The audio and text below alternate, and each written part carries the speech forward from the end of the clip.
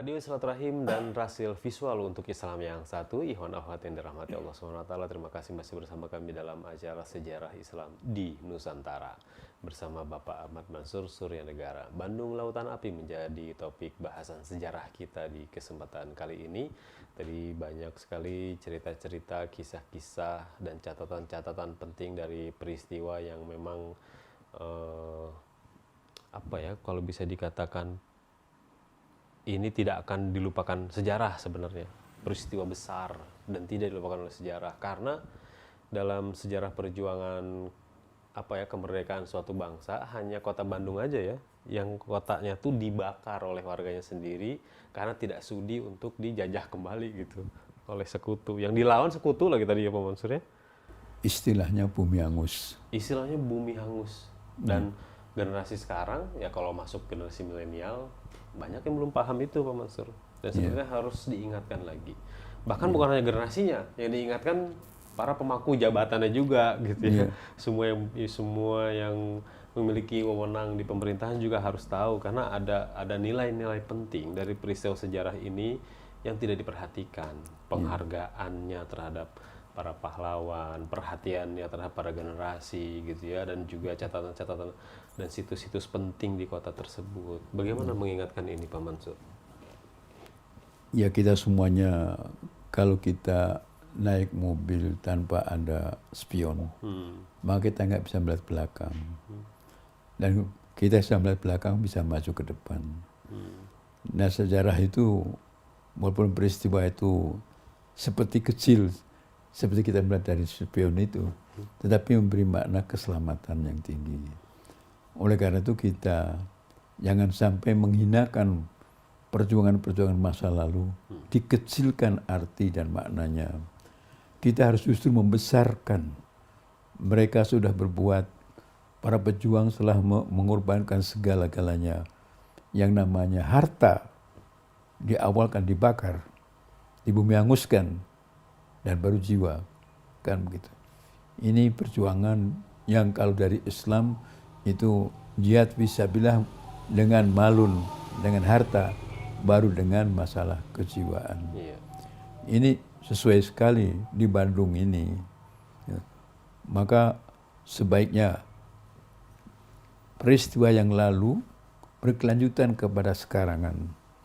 Apakah mungkin ada konferensi Asia Afrika tanpa ada peristiwa yang mendahulunya?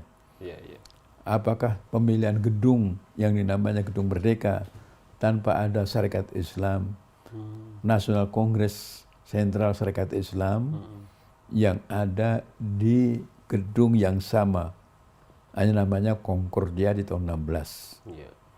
Di situ cetusan Indonesia merdeka. Itu sehingga Belanda nanti karena Islam menginginkan merdeka, lalu nanti timbul Budi Utomo melakukan penghinaan pada Islam. Kemudian Belanda masih juga menggunakan bagaimana supaya membelah SI, dihidupkan munculnya Perserikatan Komunis di India tahun 1920 itu, tanggalnya 23 Mei. Nah, ini semuanya kita harus mengerti bahwa Gedung Merdeka melahirkan Indonesia nanti menjadi tuan rumah konferensi Asia Afrika untuk menghapuskan penjajahan di atas dunia. Nah, kalimat itu merupakan pembukaan Undang-Undang 45. Dituliskan pada tanggal 18 Agustus. Nah, siapa yang membuat itu terjadi? Juga para ulama pada waktu itu. Yaitu yang tadi kami sebutkan bahwa sejarah menuliskan itu Wahid Hasyim, Ki Bagus Hadikusumo, Kasman Singodimedjo, yang nanti hasil pemikirannya diserahkan kepada Muhammad Hatta dan diserahkan nanti kepada panitia persiapan kemerdekaan Indonesia, dan nanti akhirnya menjadi milik bangsa Indonesia, baik ideologi Pancasila dan Konstitusi 45. Nah, itu cita-cita yang demikian itu dirumuskan awal-awalnya dari sejarah yang sebelum-sebelumnya dan kemudian terpuncakkan di tanggal 18. Untuk merealisasi penghapusan itu, penjajahan di atas dunia itu, Bandung dipilih lagi. Itu. Lalu dengan konferensi Asia Afrika. Itu. Sampai ada beberapa konferensi itu. Betul. Yang terakhir adalah konferensi Islam Afrika Asia. Bulan Maret tanggal 15. Ini tanggal berapa sekarang? Gitu. Bulan apa? Maret. Nah, Bung Karno diangkat sebagai the champion of freedom and Islam. Oleh karena itu, kalau kita itu jujur, kalau kita itu mau menghargai para pendahulu-pendahulu itu, cobalah yang di sana. Kalau masuk Bandung itu kan dari barat, ibaratnya. Yeah. Dari mana? Di sana ada Bundaran Sudirman. Nah, di sana dibuat patung. Itu yang nanti akan orang tahu, oh itu Nehru, oh itu UNU. Itu UNU itu di mana? Myanmar. Myanmar itu bagaimana itu sekarang? Myanmar dulu kan bisa bersatu dengan kita. Iya. Kan begitu. Dengan Islam bisa dibuat di sana. Dengan Myanmar, lalu Sri Lanka. Lalu siapa lagi? Bung Karno. Itu. Lalu di semua di situ. Lalu nanti perapatan yang Simpang 5 atau perapatan 5 itu. Di situ Bung Karno sebagai the champion of freedom and Islam. Siapa wali kotanya waktu itu? Siapa gubernurnya? Nah, di situ dibuat. Iya. Lalu di sebelahnya itu ada gedung yang sekarang ini kenang-kenangan loji Belanda. Di situ dibuat satu relief yang bicara tentang lautan api sehingga nanti bisa ada konferensi Islam Asia Afrika itu. Konferensi Islam Afrika Asia. Iya. Atau dengan Afrika Asianya itu. Jadi kalau sekarang alun-alun dijadikan pameran jurik gitu. Itu kalau kita di situ anak-anak selfie dengan jurik. Iya. Itu bagaimana? Saya sedih ya. Kenapa nggak ada patung-patung yang itu Heroik. yang membuat nanti orang bangga tuh. Saya bersama Juanda yang membuat Indonesia itu punya lautan yang terbesar seluruh dunia. Iya. Kok selfie dengan jurik? Gitu. Ini tidak membuat lautan api, lautan jurik kayak sekarang Bandung itu. Jadi ini yang saya sangat sayangkan sekali. Jadi seyogianya itu Pak Odet sekarang bersama Pak Ridwan Kamil itu untuk mendanani Bandung sebagai betul-betul kota yang ingin sebagai simbol kemerdekaan. Nilai tingginya kemerdekaan itu. Bandung Lautan Api itu apa yang harus digambarkan? Kalau sekarang lapangan Bandung Timur itu masih kosong, coba dicarikan dana internasional untuk di situ dibuat satu monumen atau museum atau perpustakaan atau apa yang mencerdaskan bangsa ini terhadap kemerdekaan ini. Tujuan kita merdeka itu buat pemerintahan itu apa? Mencerdaskan bangsa. Nah kalau kita kaitkan dengan 17 bulan 4 ini, itu kan juga akan membentuk pemerintahan dan akan mencerdaskan anak bangsa atau bangsa Indonesia ini. Nah mari kita itu untuk lebih cerdas, Bandung itu menjadi pusat kesadaran bersejarah yang benar-benar. Saya bukan menghina para jurik-jurik yang ada di itu. Tidak. Tetapi sangat sayang kalau anak muda itu nanti selfie-selfie-nya dengan jurik. Tidak selfie-selfie-nya itu dengan gitu, swafotonya itu dengan pahlawan-pahlawan. Oh takut nanti takut disembah. Gitu. Cara penempatan patung itu atau cara coba aja seperti di Jogja itu ada kan, itu ada gambar Bu Mega, ada pakai jilbab Bu Mega di sana, gitu. Nah, itu ada lagi Obama, ada ini. Nah, itu gedung itu sehingga orang masuk gedung itu pada selfie kan. Nah, sekarang ini Bandung Lautan Api itu siapa? Gitu. Harus di situ dibuatkan satu gambaran yang lengkap. Kalau saya tahu ulamanya Muhammad Cibaduyut, begitu ya. Yeah. Nah, coba dibuatkan bahwa pesantren yang kecil itu punya makna yang akbar di dalam membela kemerdekaan. Itu kita harus menghargai dengan nilai kemerdekaan. Yang dilawan siapa? Penjajah. Dengan modal apa? Sekecil itu bisa membuat kemenangan. Ini harus disyukuri. Itu tergambarkan rahmat Allah. Begitu. Keliru menurut saya. Saya sangat bersyukur kepada Pak Ridwan Kamil itu membuat orang bisa santai duduk di pinggir-pinggir jalan itu. Tapi saya sangat kurang happy ya. Itu ada apakah boleh saya kritik ya? Jadi ada bola dunia Asia Afrika waktu pada 60 tahun itu, kok di sebelahnya ada yang adegan yang seperti itu dibolehkan gitu. Yang jurik-jurik tuh. Iya. Ya itu sebenarnya diganti saja. Di bagaimana supaya terjadi selfie yang baik. Gitu. Iya. Jadi dengan demikian gitu, memaknakan Bandung sebagai ibu kota internasional Asia Afrika, dan juga bukan Bandung sebagai kota yang memberikan kejiwaan pengorbanan yang tinggi terhadap nilai membela kemerdekaan, itu harus ditata. Itu penjaranya dihapuskan, saya juga nggak setuju tadinya. Lalu Bung Karno, patungnya saya nggak setuju di sana. Patungnya kok Bung Karno nggak segagah gambar di sebelahnya. Gambar sebelahnya itu Indonesia menggugat. Iya. Nah, Bung Karno bajunya nggak seperti Bung Karno yang sebenarnya. Penting nggak sesuai lah. Itu saya kelirukan itu. Jadi kalau saya boleh mengkritik, saya kritik itu. Nah, sebaiknya itu adakan usaha untuk mengindonesiakan Bandung. Iya. Gitu, menginternasionalkan Bandung. Jangan sampai Bandung menjadi lokal lagi. Gitu. Tetapi benar-benar merupakan kota di mana kebangkitan itu.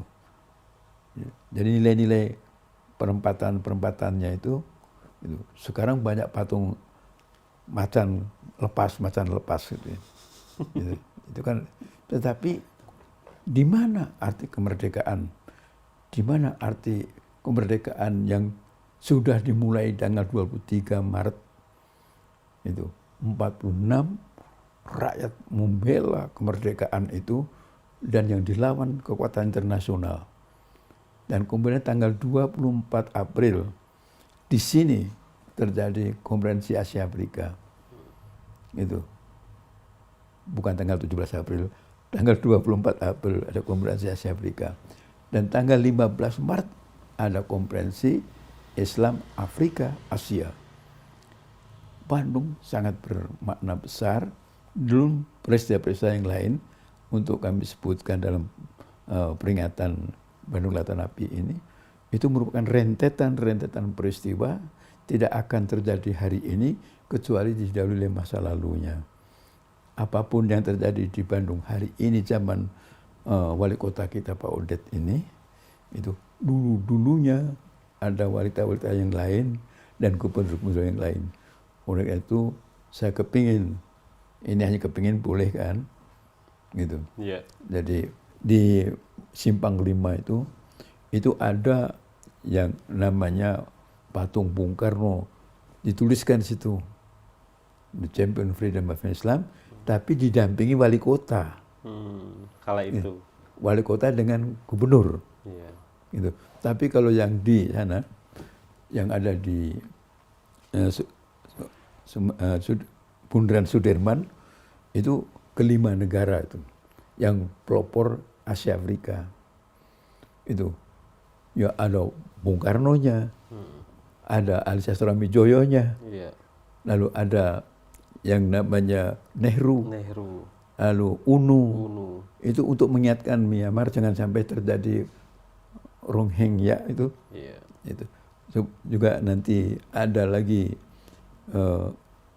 Kotelawala itu dan tokoh-tokoh yang lain yang terlibat di dalam Asia Afrika yang pantas untuk dijadikan monumen itu. Jadi kalau kita melihat Bandung, wah Bandung ibu kota Asia Afrika kerasa ya sejarahnya. Ya. Coba bayangkan nanti kalau dulu maaf ya kata Harito Kumto dalam bukunya Bandung Tempo dulu itu kantor pos sebelahnya itu dulu itu kenapa disebut kota kembang karena di situ banyak kembang wanita-wanita yang menggupaikan dengan sapu tangannya. Nah itu kan sudah nggak ada. Nah sekarang apa tidak bisa meniadakan jurik-jurik ini? Maksud saya begitu. Itu harus berani menjadi kota pahlawan, kota pengide kemerdekaan, kota apa lagi? Yang dahsyat jangan sampai disebut kota kembang lalu menjadi artinya lain. Betul. Gitu. Jadi marilah kita atau mohon pada Allah itu di bulan Rajab ini mudah-mudahan para pemikir Indonesia dan juga para pimpinan Bandung itu dimikrajkan oleh Allah. Dipertemukan para pendahulu-pendahulunya seperti Nabi dengan pendahulu-pendahulunya itu sehingga bisa menghargai nilai kejuangan masa lalu. Betul. Masya Allah, kalau orang sudah tidak bisa mengenal sejarah, itu Islam menyebutnya jahiliyah. Jahiliyah itu stupid. Jahiliyah itu bodoh. Kita akan menjadi bodoh karena kita lupa masa lalu. Oleh itu Bung Karno memberikan pesan, jas merah. Sekali-kali jangan melupakan sejarah. Itu. Monumen-monumen sejarah di Bandung sebenarnya harus dipelihara, dijadikan monumen pembangkit kemerdekaan, pembangkit cinta pengorbanan, gitu. Dan kemudian ingin pula maju ke depan yang lebih memakmurkan daripada masa lalu yang pernah penuh pengorbanan itu.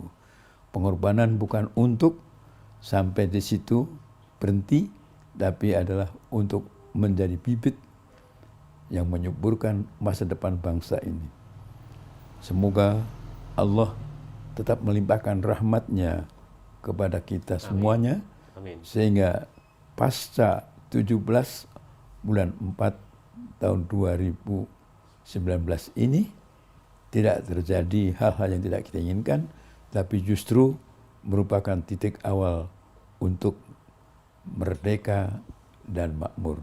Amin. Terima kasih banyak Pak Mansur atas ulasan sejarahnya kita di kesempatan kali ini. Semoga bermanfaat bagi ikhwan dan akhwat. Dan Pak Mansur terima kasih, semoga selalu diberikan kesehatan oleh Allah SWT. Dan saya juga minta maaf apabila apa yang sampaikan saya bukan menentang pemerintah, tetapi hanya menentang jurik. Supaya diganti dengan pahlawan-pahlawan, sehingga yang selfie-selfie itu bersama pahlawan. Demikianlah ikhwan akhwat yang dirahmati Allah SWT, bincang sejarah kita bersama Bapak Ahmad Mansur Suranegara di acara Sejarah Islam di Nusantara, hanya di Radio Silaturahim untuk Islam yang satu. Semoga bermanfaat ikhwan akhwat dari tempat rekaman kami di kediaman Bapak Ahmad Mansur Suranegara di Bandung. Saya Angga Aminuddin yang bertugas ditemani oleh Fajar Hidayat dan juga Agus Susilo undur diri. Mohon maaf atas segala kesalahan kata. Billahi taufiq wal hidayah. Subhanakallahumma wa bihamdika asyhadu an la ilaha illa anta astaghfiruka wa atubu ilaik. Assalamualaikum warahmatullahi wabarakatuh.